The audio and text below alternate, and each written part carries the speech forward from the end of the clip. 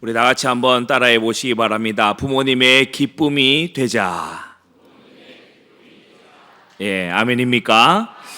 예, 오늘 믿음의 아들 디모데라는 제목으로 하나님 말씀을 전합니다. 오늘 어버이 주일입니다. 우리가 해마다 어버이 주일이 되면 5계명의 이 교훈을 가지고 하나님께서 이웃을 향하여 주신 첫째 되는 계명이 바로 이 5계명인데, 이 5계명을 가지고 우리가 순종하는 삶을 다시 한번 결단해야 될 줄 압니다.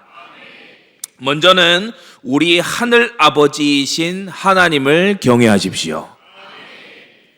요한복음 1장 12절 또 이어 13절에 보니까 이렇게 말씀하고 있어요. 영접하는 자 곧 그 이름을 믿는 자들에게는 하나님의 자녀가 되는 권세를 주셨으니 이는 혈통으로나 육정으로나 사람의 뜻으로 나지 아니하고 오직 하나님께로서 난 자들이니라. 하나님이 우리를 창세전에 선택하셨다. 그래서 때가 되매 그 아들 예수 그리스도를 영접하게 하셨다. 이 영접한 자 속에 양자의 영을 주셔서 하나님을 아바 아버지라고 부르게 하셨다. 오늘 우리는 깊은 은혜를 생각합니다.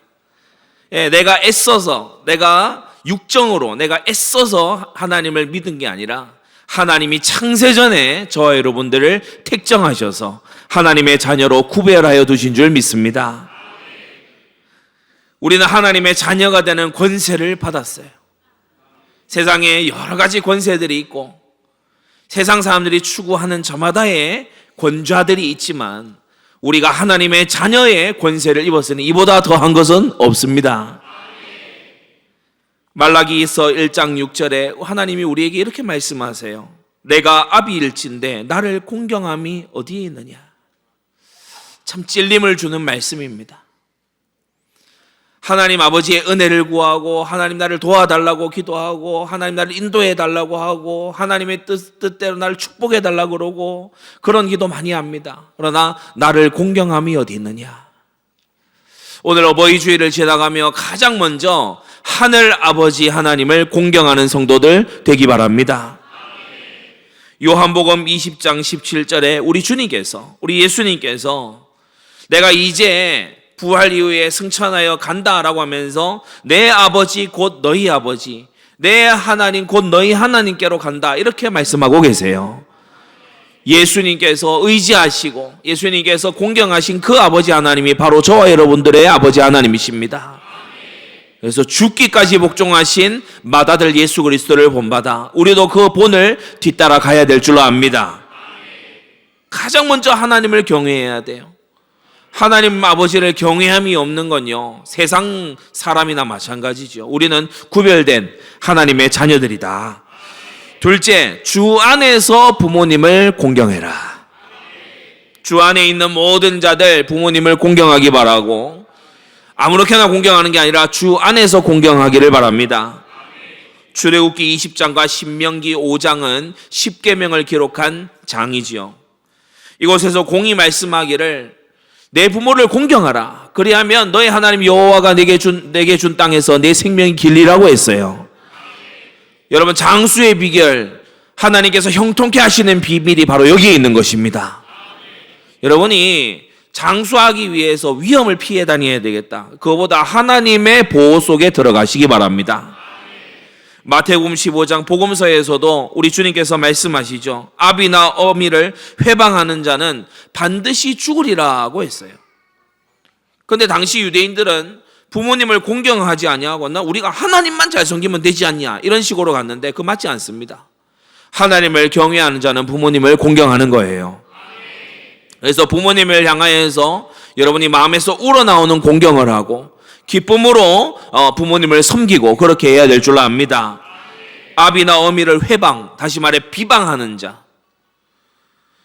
여러분 율법서의 이 톤으로 들리잖아요. 아니요. 마태복음 15장 4절에 우리 주님께서 말씀하셨어요. 아비나 어미를 비방하는 자는 반드시 죽으리라. 여러분 그 정도로 무거운 죄가 바로 부모 공경을 하지 않는 죄입니다. 여러분 부모님이 연약할 수 있죠. 부모님이 부족한 게 있을 수 있죠. 사람인데 어찌 완벽합니까? 우리가 자녀로서 가까이 있으니까 그게 더 잘 보일 수 있겠죠. 그러나 여러분 부모님을 비방하지 말고 위하여 기도하기 바랍니다. 부모님을 해방하고 비방하고요, 삐딱한 자세로 하지 말고 부모님의 기도의 배경이 되시기를 바랍니다. 이제 어린아이가 아니고 장성한 자녀가 됐으면 부모님의 도움이 되고 그래야 되는 거예요. 에베소서 6장 1절 서신서에도 우리에게 교훈합니다. 자녀들아 너희 부모를 주 안에서 순종하라. 이것이 옳으니라. 이것이 지당하다는 것이에요. 하나님의 백성은요, 부모 공경을 몸에 익혀야 됩니다. 우리나라에 오늘날에 얼마나 세대 간의 갈등이 많습니까? 그죠? 세대 간의 갈등. 그 연금제도 이걸 가지고도 세대 간의 갈등이요, 이만저만이 아니에요. 이웃나라 일본에 보면은 이런 사례가 있다고 최근에 뉴스에 나와요. 주택들이 너무 오래돼 가지고 이렇게 있으니까 이 노후화된 오래된 주택을 그냥 남겨두고 다음 세대에게 줄 수 없다. 그래서 나이 많이 드신 분들이 그 주택에 더 오래 살 것도 아닌데 이거를 다시 지어서 다음 세대도 살 수 있도록 해달라. 그래가지고 그걸 기금을 모은대요. 젊은 세대는 어떻게 하냐? 아주 끝까지 노후가 갈 수 있도록 또 그런 운동이 일어나고. 참 여러분 국민성 이런 걸 두고서 이웃 옆나라지만 배울 건 배워야 됩니다. 나이 든 세대는 젊은 세대를 생각하고, 젊은 세대는 나이 든 세대를 공경하고, 우리 기독교인들이 들어서 그러한 문화를 만들어 가야 될 줄 압니다. 노인을 공경하고 흰머리 앞에 공경하고 그럴 줄 알아야 되는 거예요. 지혜서 잠언 23장에도 말씀하고 있지요. 내 부모를 즐겁게 하며 너 낳은 어미를 기쁘게 하라고 했어요. 여러분이 부모님을 기쁘게 하기를 애쓰시기 바랍니다. 제가 미국에서 신대원을 2군데를 졸업을 했지 않습니까? 2군데 다 졸업에 이제 여행을 가고 하니까 굉장히 좋아하시더라고요. 너무 참 기뻐하시고 또 뿌듯해하시고. 그래서 제가 돌아오는 길에 그랬어요. 다음에는 어디로 그러면 학위를 받으러 갈까요?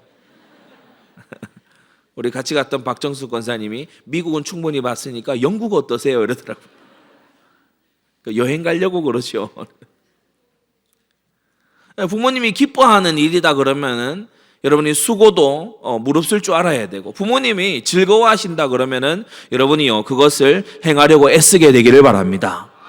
성경이 우리에게 이걸 교훈하고 있어요. 부모님을 공경함과 동시에 하나님을 순종하는 것이다. 그러면서 세 번째 제5계명은 단지 부모님에게만 국한되지 않습니다. 우리가 소요리 문답 64문답을 보게 되면 우리에게 교훈하고 있죠. 높고 낮은 각각의 권위에 대해서 존중을 하고 그 명예를 보존하고 의무를 이행할 것을 말씀하고 있어요. 여러분 학교에 가면 스승이신 선생님이 계십니다. 또 회사에 가면은 그 회사에 이 경영자가 있습니다. 또 우리가 사회에 나가게 되면 웃어른이 있지요. 교회에 오게 되면 우리 장로님들이 계십니다. 여러분이 높고 낮은 각 권위에 대해서 존중하시기 바랍니다. 때때로 너무 존중하기 어렵게끔 너무 이상하게 나이 든 사람이 할 때도 있어요. 본받지는 말아야 돼요. 본받지는 말아야 돼. 참 부끄럽고 나 뜨거운 얘기지만 일부 이 목회자들 가운데서도요 뻔뻔하게 죄를 저지르고 회개조차 하지 않는 이런 사람들이 있어요. 너무 언급할 가치도 없을 정도로 그런 아주 비윤리적인 삶을 살아가는 이런 사람들이 그런 소식이 들려올 때에 고개를 돌려버리게 됩니다. 우리 나이가 들어가는 분들은 후대들이 존경할 수 있게끔 최대한 살아가야 되고요. 아무렇게나 막 살고 야 공경하냐 이렇게 하면 안 되고 공경할 수 있게끔 여러분이 처신을 하시고 또 자라나는 세대들은 우더른을 잘 공경하시기를 바랍니다. 베드로전서 2장 17절에 뭇 사람을 공경하며, 뭇 사람 모든 사람 이 말이죠. 그래서 우리 기독교인들은, 우리 하나님의 사람들은 공경하는 예의가 이 몸에 배어 있는 사람들이에요. 사랑은 물에 행치 않는다고 했습니다. 공경이 몸에 배어 있어요. 제가 우리 여기 이제 백석에 이 노회에 와가지고 어떤 한 목사님과 자주 이렇게 연락을 하게 됐어요. 이 목사님이 연배가 상당히 있으신 분이에요. 근데 그냥 거칠애가 아니고 진심으로 겸손하고 예의가 있으세요. 제가 이분하고 통화를 하다가 울컥울컥 할 때가 많아. 얼마나 배려하고 예의가 있고 겸손하시고 그러신지 몸둘 바를 모르겠는 거예요. 뭐 조카뻘 되는 그런 이 목사인데도 까마득한 후배 아닙니까? 그런데 참 예의 있게 그러면서 배려하시면서 그렇게 하시는 거예요. 여러분, 우리가 나아가는 현장마다, 우리가 만나는 사람들마다 하나님의 사람들이란 이렇게 따뜻한 사람들이구나, 이걸 봐야 될 줄로 압니다. 그러기 위해서는요, 먼저 말로 다 할 수 없는 하나님의 그 넘치는 은혜와 사랑을 여러분이 듬뿍 가지고 그 안에 흠뻑 젖어 있게 되기를 바랍니다. 우리가 아직 죄인되었을 때에 우리를 위하여 자기 아들을 대속제물로 주신 하나님의 그 놀라우신 사랑과 은혜를 우리 마음이 깊이 묵상할 때에 우리가 무사람을 공경하는 자가 되는 거지요. 무사람을 공경하며 형제를 사랑하며 하나님을 두려워하며 왕을 공경하라고 했어요. 그래서 우리는 하나님을 경외하고 부모님을 공경하고 권위자들에 대해서 존중하는 그러한 아름다운 성도들 되기를 바랍니다.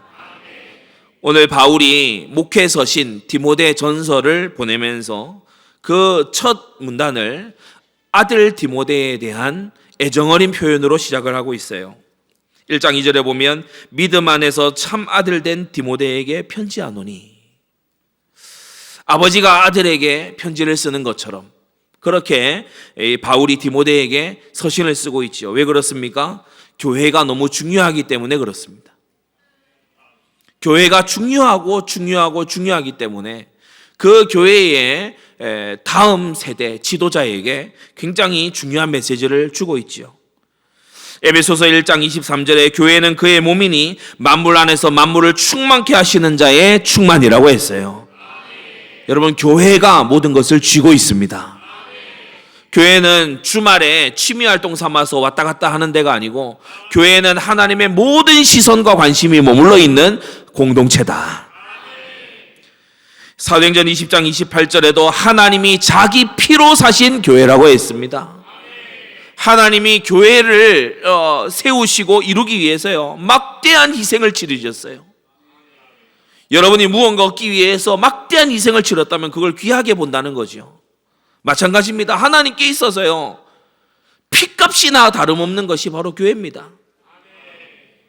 하나님께서 교회를 보실 때 마치 그 옛날 다윗이, 이따가 예배 때 다시 보겠습니다마는 그 옛날 다윗이 자기의 가장 충성스러운 용사들이 목숨을 바치고 떠온 그 물이 아니라 피로 보인 것처럼 그렇게 하나님이 교회를 보실 때 아무것도 아닌 교회이지만 그 아들의 피값으로 산 교회란 말입니다. 여러분, 그래서 하나님의 사람은 교회를 보호합니다. 하나님의 사람은요, 교회를 어렵게 만들고요, 막 분탕질하고 그러지 않아요. 하나님의 사람은요, 교회가 잘 이루어져 가도록 항상 섬기는 말을 하는 거예요. 왜냐, 교회가 연약해도 교회가 구령의 기관 아닙니까? 교회가요, 부족한 게 있어도 교회가요, 예배 드리는 기관 아니에요. 하나님의 말씀에 맞게 가야 되는 거겠죠. 그런데 이 교회의 두 가지가 망국을 불러옵니다. 교회가 두 가지 길로, 우리가 구약성경을 천천히 보게 되면 교회가 두 가지 길로 갈 때에 하나님께서 그 교회 포함 그 나라를 징벌하세요. 교회의 첫째는 혼합, 둘째는 위선. 교회의 혼합과 위선이 망국을 불러옵니다. 교회가 종교 혼합을 할 때, 다윗의 아들 솔로몬이 성전을 완공하고 낙성식을 드리면서 하나님께 기도하고 하나님께 참 이렇게 간구했지요. 역대하 7장에 그 내용이 나오는데 7장 19절에서 22절에 보면 하나님이 응답하시기를 다른 신들을 가서 섬기게 되면 내가 반드시 재앙을 내릴 것이다.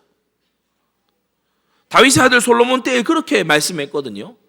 그런데 열왕기하 17장에 가서 보면은 이 솔로몬 뒤에 일어난 이 왕들, 이 백성들이 어떻게 하느냐? 여호와도 경외하고 자기의 신들, 이방으로부터 가져온 자기의 신들도 섬겼다고 했어요. 종교 혼합입니다. 여러분, 하나님의 이름을 우상과 섞으면 하나님은 진노하십니다. 여러분, 종교 혼합은요, 영적인 간음이에요. 하나님도 사랑하고 이방신도 사랑하고. 오늘날 대표적으로 WCC가 이러한 모습을 강하게 보이고 있지 않습니까? 아니라고 부정할 수 없습니다. 우리나라에서 2013년도에 열렸던 WCC 10차 총회, 거기에요, 세계교회협의회라면서. 근데 거기에 부스에 어떤 것이 있느냐? 당신이 부처입니다. 그 개막식에 뭐 하냐? 개막식에 막 죄를 뿌리고, 그리고 막 거기에서요, 막 무속 의식을 막 해요. 그 또 다른 부스에 가보면은 그 성소수자 LGBTQ 그런 부스들이 곳곳에 있어요. 이게 어떻게 교회의 연합입니까? 여러분, 이러한 종교 혼합을 받아들이고 용인하고, 우리 한국에도 크다고 하는 그런 교단이 이것을 공식적으로 채택하고 이렇게 하는데, 여러분, 회개해야 될 줄 압니다. 이런 죄에서 돌이켜야 되는 거예요. 여러분, 교회라고 다 올바른 교회가 아니라 종교 혼합하는 교회는 여러분이요, 정말 개혁되기를 기도하고 성도들을 일깨워야 되는 것이에요. 종교 혼합하는 이런 데다가 힘 보태주면 안 돼요. 그리고 또 하나는 예레미야 7장에 나오는 이중생활입니다. 위선적인 생활, 이중생활. 세상에 나가서요, 도적질하고 살인하고 간음하고 거짓 맹세하고 바알에게 분향하고 알지 못하는 다른 신들을 막 섬기다가, 그리고 주일이 되고 안식일이 되면은 이제 성전에 나와가지고 우리가 구원을 얻었나이다. 가증스러운 거예요. 가증스러운 거. 하나님의 명령은 다 들고 깨요. 하나님 계명은 막 세상에서 다 어겨. 그리고서 교회에 나와서 구원의 확신. 하나님께서 이 엘리 제사장 때에 하나님이 진노하셔서 언약궤를 완전히 이방 민족에게 빼앗기게 만드신 것처럼 이 전도 완전히 하나님께서 버리실 것이다. 예레미야 7장에 그렇게 말씀하지요. 여러분, 하나님은 겉과 속이 다른 위선을 싫어하십니다. 여러분이 죄에 범한 게 있다면 회개하는 오늘 되기를 바라고요. 여러분이 정말 하나님 앞에 오늘 중심으로 주님과의 친밀함을 회복하는 하루 되기 바랍니다. 그래서 신약 구약 통틀어서요, 교회가, 하나님의 백성이 두 가지 길로 가면은 반드시 이 나라의 멸망을 가져와요.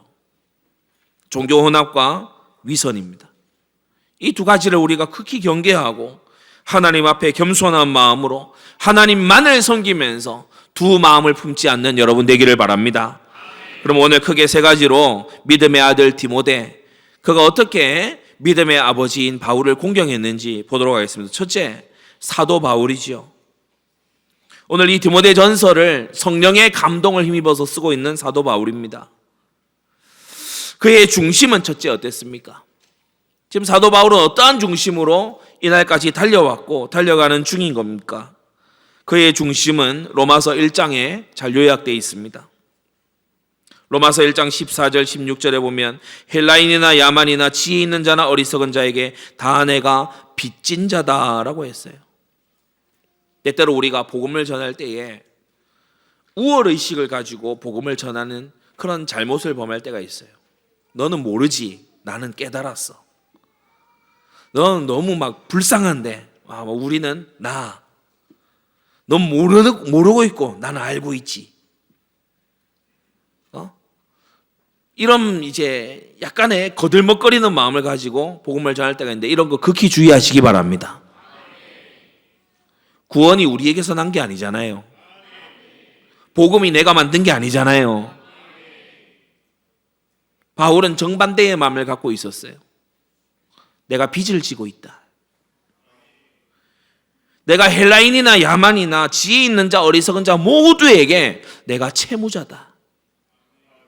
내가 빚이 있다.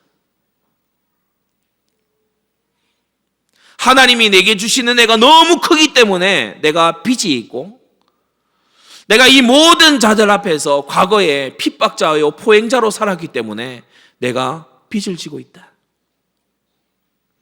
내가 방해하고 죽이는, 대표적으로 스데반 집사님 같은 이런 분들을 핍박하지 않았더라면 이방인에게, 헬라인에게 더욱더 복음이 많이 전파되었을 건데 내가 복음의 방해자 노릇을 했었다. 내가 빚을 진 자다. 내가 빚을 지고 있다. 하나님이 내게 어린 시절부터 많은 은혜들을 주셔서 준비시켜 오셨건만 내가 하나님의 일에 충성하지 못하고 보내온 이 많은 세월들이 내게는 빚이다. 내가 빚진 자다. 너무 많은 은혜를 받았고, 그런데 너무나 많은 세월을 허송세월했고, 하나님은 나를 오래 참아 기다려 주셨건만 나는 핍박자로 살았으니, 내가 복음의 일꾼들을 핍박하고 괴롭힌 자가 되었으니 내가 빚진 자다. 내가 빚이 있다. 이 의식으로 움직인 거예요. 여러분은 세상 앞에 빚진 자입니까? 아니면 세상 앞에 아무것도 빚지지 않고 당당하고 오히려 세상에 무언가를 요구하는 자입니까? 오늘 우리가 이 바울의 정말 이 중심, 빚진 자의 중심을 회복하게 되기 바랍니다.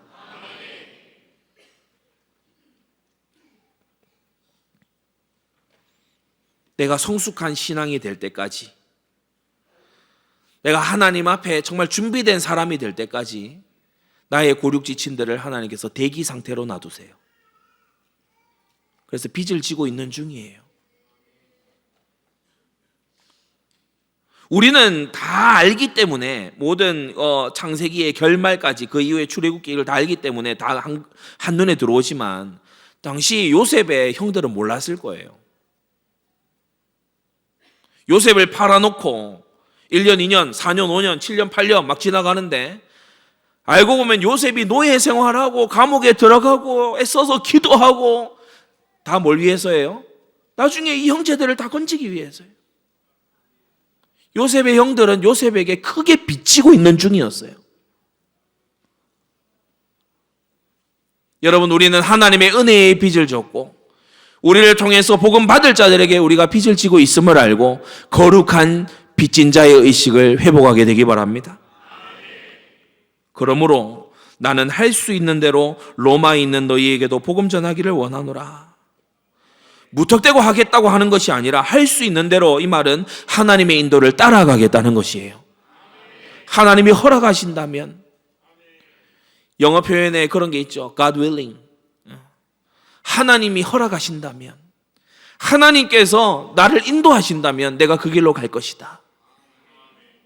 똑똑하고 의지가 강한 사람 중에 이건 반드시 내가 해내겠어 이런 분들이 있는데, 여러분 그렇게 하지 말고 하나님 인도 따라가야 돼요. 바울의 중심은 세 번째로, 내가 복음을 부끄러워하지 아니하노니 이 복음은 모든 믿는 자에게 구원을 주시는 하나님의 능력이 된다라고 했어요. 여러분, 복음을 자랑하는 자 되시기 바랍니다. 복음은 부끄러운 게 아니에요. 복음을 믿고 하나님의 자녀가 돼서 의의 고난을 지나갈 수 있잖아요. 그러면 복음이 부끄러운 겁니까? 아닙니다. 불신자였으면 받지 않았을 하나님의 다스림과 징계가 오기도 하지요. 그럼 복음이 부끄러운 겁니까? 그렇지 않습니다. 복음을 전하기 때문에, 복음을 믿는다는 이유로 핍박을 당하기도 하지요. 그러면 복음이 부끄러워지는 겁니까? 그렇지 않습니다. 여러분, 그리스도의 복음을 자랑하시기를 바랍니다. 둘째로, 그의 전략이에요. 그는 복음을 전하고 교회를 세우는 이 일을 함에 있어서 전략 있게 움직였어요. 그는 먼저 성경을 중심으로 해서 하나님 말씀을 강론했습니다. 여러분, 하나님의 말씀은 능력이 있고 하나님의 말씀은 열매를 맺습니다. 그래서 여러분이 하나님의 말씀을 정통하게 배우시기를 바라고요. 바울은 또 도시를 중심으로 해서 거점 선교를 한 것을 볼 수 있어요. 중요한 거점 그곳에 이제 교회를 세우는 사역을 했죠. 셋째로, 제자를 세워서 훈련하고 위임했던 것입니다. 그 대표적인 제자 중에 한 사람이 바로 오늘 등장하는 디모데지요. 사도행전 19장 9절 10절을 보면 바울이 그들을 떠나 제자들을 따로 세우고 두라노스원에서 날마다 강론하여 이같이 2해 동안을 하매 아시아에 사는 자는 유대인이나 헬라인이나 다 주의 말씀을 듣더라. 바울은 이렇게 기간을 정해놓고 제자를 세워서 거점 도시에서 하나님의 말씀이 퍼져나가게끔 이러한 사역을 아주 신경 써서 했던 것입니다. 여러분, 하나님을 섬길 때에, 주님의 사역, 전도를, 선교를 감당할 때에 대충대강 무턱대고 어물떡 그렇게 하지 말고 하나님의 방법을 따라가시기 바랍니다. 그리고 3번째, 그의 열매예요. 이런 중심과 이러한 하나님의 말씀을 따르는 방법으로 그는 열매를 맺었어요. 먼저 이 바울과 그의 제자들의 활동을 통해서 복음이 크게 전진했습니다. 예루살렘과 유대 인근에만 머물렀던 이 복음의 이 복음화가 안디옥에 가서 안디옥을 넘어서 소아시아, 마게도냐, 온 로마에까지 퍼져나가게 된 거예요. 로마서 15장 19절에 보면 내가 예루살렘부터 두로 행하여 일루리곤까지 그리스도의 복음을 편만하게 전하였다. 우리 안디옥 교회가 이 일에 부름받았고 헌신하는 줄 믿습니다. 이번 여름에 우리 14차 선교 진행하는데 100개의 미전도 종족의 복음 들고 들어가야 됩니다. 하나님이 주신 모든 이 시대의 툴들을 가지고 정말 우리가 하나님의 복음을 전진시켜야 될 줄로 압니다. 그러면서 그는 전진하는 곳마다 교회를 세웠고 후대를 일으켰어요. 디모데후서 2장 2절에 보면 디모데에게 조언하지요. 네가 많은 증인 앞에서 내게 들은 바를 충성된 사람들에게 부탁해라. 저희가 또 다른 사람들을 가르칠 수 있으리라. 그래서 이 제자의 4대, 바울에게서 디모데로, 디모데에게서 충성된 사람들에게로, 충성된 사람들이 또 다른 사람들.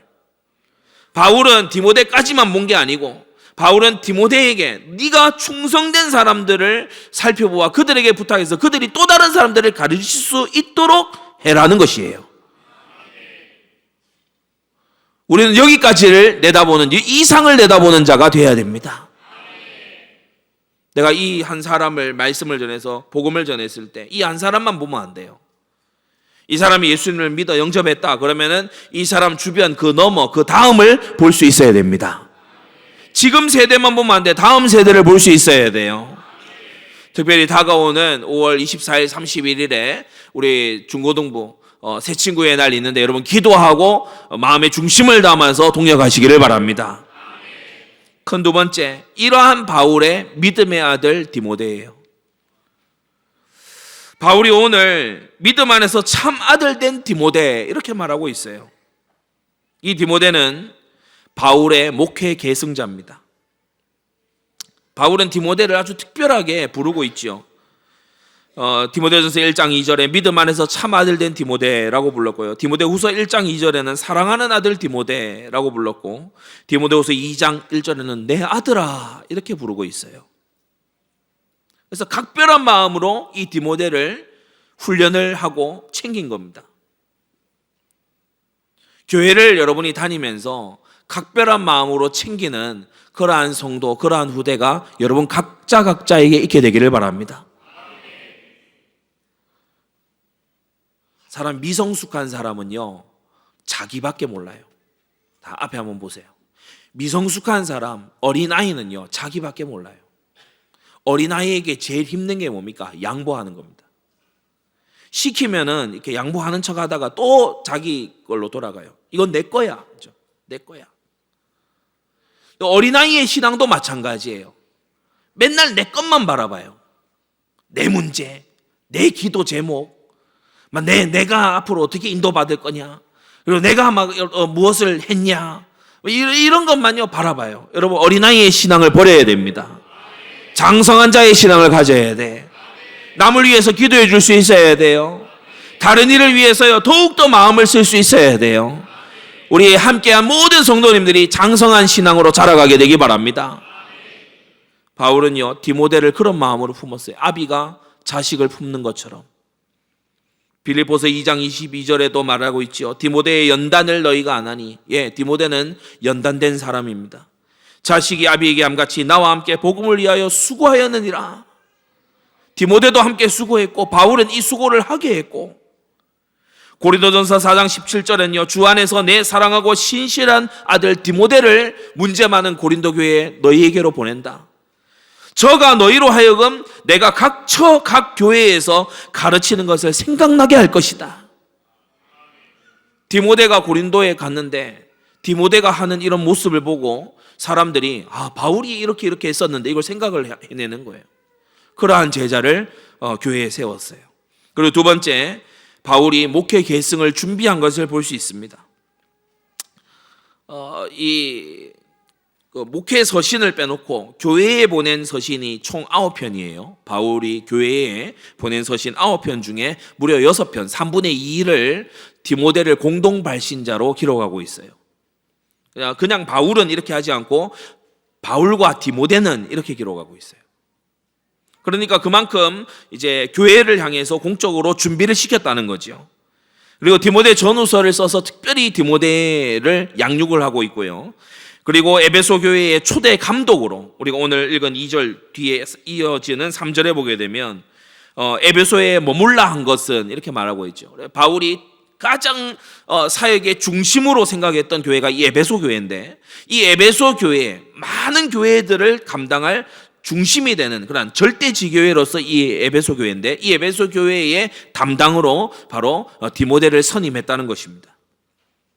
셋째, 디모데는 바울의 중심과 그의 전략과 열매를 모두 함께 보고 배운 자예요.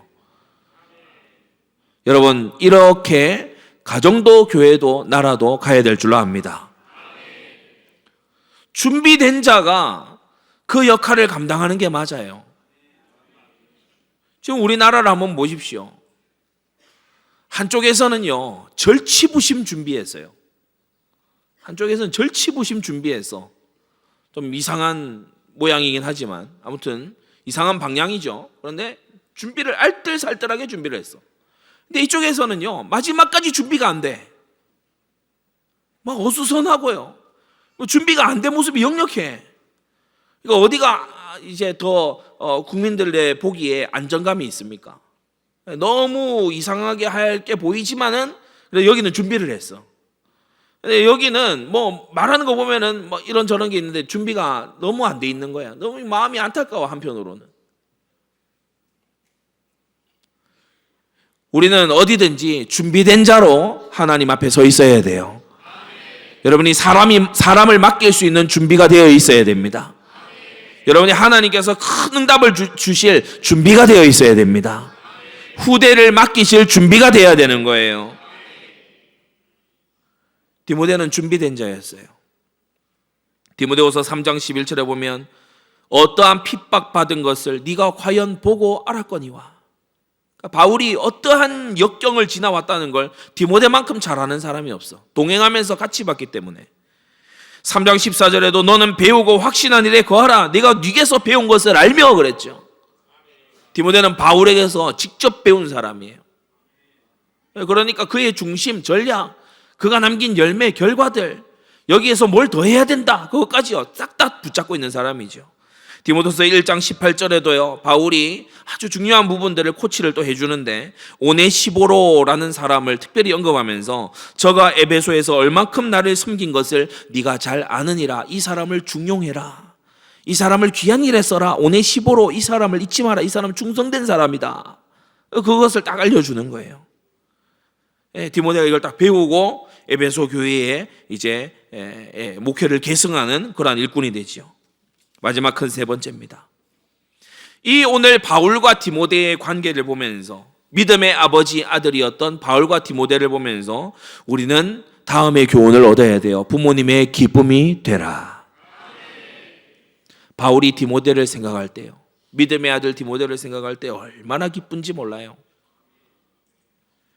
디모데후서 1장 3절에 보면요, 너를 생각하여 감사하고 너 보기를 원함은 내 기쁨이 가득하게 하려 함이다. 아비가 자식을 볼 때 근심스러운 자식이 돼 있고, 보면 한숨 나오고 그러면은 이게 그 자식이 뭘 잘한다고 해도요 참 힘이 듭니다. 그런데 자녀를 봤을 때 참 보람이 되고 기쁨이 되고, 여러분, 이러한 자녀들이 되시기를 바랍니다. 하나님 아버지에게도 그래야 되고, 우리가 육신의 아비에게도 그래야 되고, 스승에게도 그래야 될 줄로 압니다. 디모데후서 4장에는요 4번이나 속히 오라, 와라 이렇게 요구하고 있어요. 속히 오라, 마가를 데리고 와라, 책을 가져와라, 겨울 전에 어서 오라, 이렇게 마지막, 인생의 이제 마지막을 보내고 있는 바울이 디모데를 다시 보기를 간절히 원하고 있어요. 바울은 디모데를 생각만 해도 감사하고, 참 많은 사람들이 떠나갔지만 이 디모데를 남겼으니 되었다 보람이 있고요, 그리고 기쁨이 있고, 이 디모데가 할 일이 기대가 되고, 이 세워놓은 교회들이요 이제 안심이 되고, 이 바울이 볼 때 그러한 거예요. 여러분, 이러한 디모데 같은 자녀 되시기를 바랍니다. 가만히 보니까 불안하고, 가만히 보니까요 너무 이 마음에 불편하고, 그렇게 되면 안 되겠지요. 디모데후서 1장 6절에 왜 다시 보고자 했지요? 내가 나의 안수함으로 네 속에 있는 하나님의 은사를 다시 부릴 듯하게 하려고 한다고 했습니다.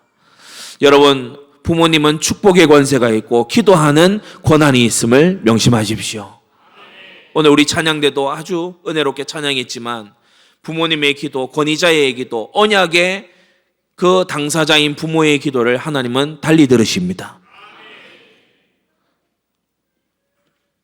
우리의 족장들에 의해서 그걸 볼 수 있잖아요. 이삭이 축복한 대로 되죠. 야곱이 자기의 손자 요셉이 자기 아들들 데려오죠. 므낫세, 에브라임 데려오잖아요. 그 할아버지 야곱에게 데려오잖아요.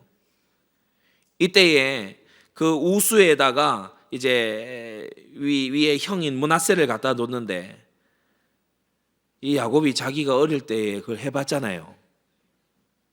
그래서 그런 거인 것 같아요. 저는 아무리 이렇게 봐도 참 특이한 행동을 이 할아버지 야곱이 갑자기 하시는데, 요셉은 아무리 날고 긴다고 해도 야곱 잔머리에는 안 돼. 그러니까 그 아버지 우수, 오른쪽 우수에다가 마지를 갖다 놓고, 그 둘째는 왼쪽에다 갖다 놨어요. 근데 야곱이 어떻게 하죠? 이렇게 하는 거예요. 그래서 나중에 에브라임으로부터 여호수아라는 걸출한 지도자가 나오고요, 이 에브라임 지파가 굉장히 큰 일에 쓰임 받는 것을, 오히려 므낫세보다도 더 쓰임 받는 걸 볼 수 있어요. 부모님의 기도가 이루어집니다. 그러니까 이 바울이 디모데를 위해서 내가 다시 안수함으로 네 안에 있는 은사가 부릴 듯하게 해주기 위해서 너 나에게 빨리 오라는 거예요. 내가 기도해 줄 게 있으니까. 여러분, 이러한 마음을 가진 부모님들이 있다면 자녀는요 너무 존경하고 마음으로 감사하고 기쁨으로 공경하는 자녀가 될 줄로 압니다. 디모데전서 1장 2절에도 오늘 말씀하고 있죠. 하나님 아버지와 그리스도 예수 우리 주께로부터 은혜와 긍휼과 평강이 너에게 있을지어다. 디모데가 많이 배웠지만, 디모데가 모든 경험을 가지고 있지만, 디모데가 메시지도 있지만, 디모데에게는 아직도 은혜와 긍휼과 평강이 필요한 거예요. 우리 모두에게 그렇지 않습니까? 여러분, 공경하고 있다고 생각하지 말고 지금보다도 더 공경하는 앞으로의 나날들이 되기를 바랍니다. 순종하는 자녀는 하나님과 부모님의 기쁨이 된다.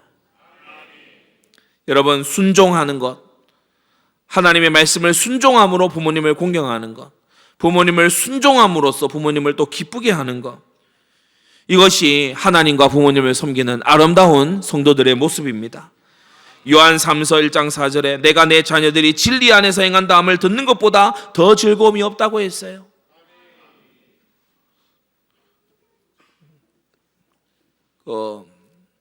제게는 할머니죠. 이렇게 글로 써놓으셨다 하더라고요. 여기에 이 교단, 이 문제 많이 이렇게 들려온 이 교단, 여기를 떠나야 된다. 그리고 이제 아버지가 그거를 이제 보시는 거예요. 그러니까 결국에는 그 길로 이제 가지요. 요한 사도가 얘기합니다. 진리 안에서 행한다라고 하는 것을 듣는 것보다 더 기쁜 일이 없다. 하나님의 진리 안에서 행하십시오. 진리를 타협하지 말고 하나님의 진리를 굳세게 따라가는 여러분 되기를 바랍니다. 자녀가, 후대가 불신앙하고 하나님을 거역하고 교만하게 살다가 하나님께 징계당하고 실패하고요. 그리고 거기서 끝나지 않죠. 이 사람들이 주로 원망하고 또 불평합니다. 자기 교만 돌아보고 자기 불신, 자기 거역을 돌아보지 아니에요. 여러분, 이런 모습이 되어 있는 한편의 이 후대들이 있다면 이 부모님의 기쁨이 되겠습니까? 그러나 이 반대로 우리는 어떤 길로 나아가야 되냐? 믿음을 가지고 하나님의 역사를 봐야 됩니다. 순종함으로 하나님께 인정받아야 돼요. 겸손하기 때문에 하나님이 은혜 베푸시는 자 되기 바랍니다. 그러면요, 하나님 주시는 복이 임해요. 승리가 다가오게 되는 거예요. 여러분, 누군가를 깔아뭉개서 승리하는 게 아니고 하나님께서요, 가만히 있는데 높여주시는 거예요. 그래서 감사하고 보답하고 참 하나님의 은혜를요 간증하고 이러한 자녀가 되면 부모님의 기쁨이 되고 하나님의 영광이 될 줄로 압니다. 자녀들아, 어떠한 길로 갈 것이냐? 순종과 불순종, 믿음과 불신앙, 이 두 갈래의 길이 놓여 있으니 어느 길로 자녀들아 너희가 갈 것이냐? 자기의 자아에서 일어나는 그러한 고집과 그러한 것을 내려놓고 순종의 길로 가시기를 바랍니다. 결론입니다. 우리는 믿음 안에서 참된 자녀로 살아가야 돼요. 믿음 안에서라고 했어요. 믿음 안에서. 오늘 2절에도 믿음 안에서 참 아들 된 디모데. 믿음 안에서. 어디까지나 믿음 아닙니다. 어디까지나 주 안에서입니다. 부모님이 제사를 막 지내라 그렇게 하면요, 우리는 그거는 순종할 수 없어요. 왜냐? 주 안에서 순종해야 되기 때문에. 부모님이 예를 들어서요, 막 이렇게 나쁜 거를 막 이렇게 그러면 그거는 너무 미안하지만 그건 할 수 없어요. 왜냐? 주 안에서 부모를 공경해야 되기 때문에. 믿음 안에서 믿음의 참된 자녀 되시기를 바랍니다. 부모님의 좋은 것을 본받아야 돼요. 부모님의 좋은 거, 그러면 좋은 거, 부족한 거 어떻게 구분합니까? 하나님의 말씀이 기준입니다. 부모님이 가지신 좋은 게 있어요. 좋은 성실함을 가지실 수 있어요. 부모님이 가지신 좋은 인품이 있을 수 있어요. 부모님이 가지신 아주 강한 믿음이 있을 수 있어요. 부모님이 가지신 좋은 것들이 있을 수 있어요. 그거 본받으시기를 바라고요. 부모님이 반대로 부족한 게 있을 수 있어요. 사람인지라 부족한 게 있게 마련이에요. 반드시 있어요. 그것은 비방하지 말고 보충하는 여러분 되기 바랍니다. 보충하면 돼요. 네. 그러라고 자녀로 태어난 거 아닙니까? 아버지 어머니의 부족한 것을 비난하라고 자녀가 아니고 아버지 어머니의 부족한 것을 보충하라고 자녀인 거예요. 그러라고 하나님이 은혜를 주시는 거예요. 오늘 이 말씀을 듣고 하나님과 부모님과 그리고 오늘 이 교훈을 하는 목회자의 기쁨이 되시기를 주님의 이름으로 축원합니다. 기도하겠습니다. 거룩하신 아버지 하나님, 오늘 바울의 믿음의 아들 디모데를 보며 바울의 중심과 그가 가지고 있었던 마음을 그대로 본받았던 이 디모데를 보며 주여, 우리가 어버이 주의를 참으로 하나님 앞에 지키고 또한 말씀을 가지고 주님께 교훈을 받습니다. 하나님 아버지, 하나님을 공경하고 부모님을 공경하며 권위자를 공경하는 모든 믿음의 사람들 되게 하여 주시옵소서. 특별히 우리 한국교회가 혼합과 위선을 버리고 하나님을 순전한 마음으로 섬기는 한국교회 될 수 있도록 은혜 베풀어 주시옵소서. 예수 그리스도의 이름으로 기도드리옵나이다. 아멘.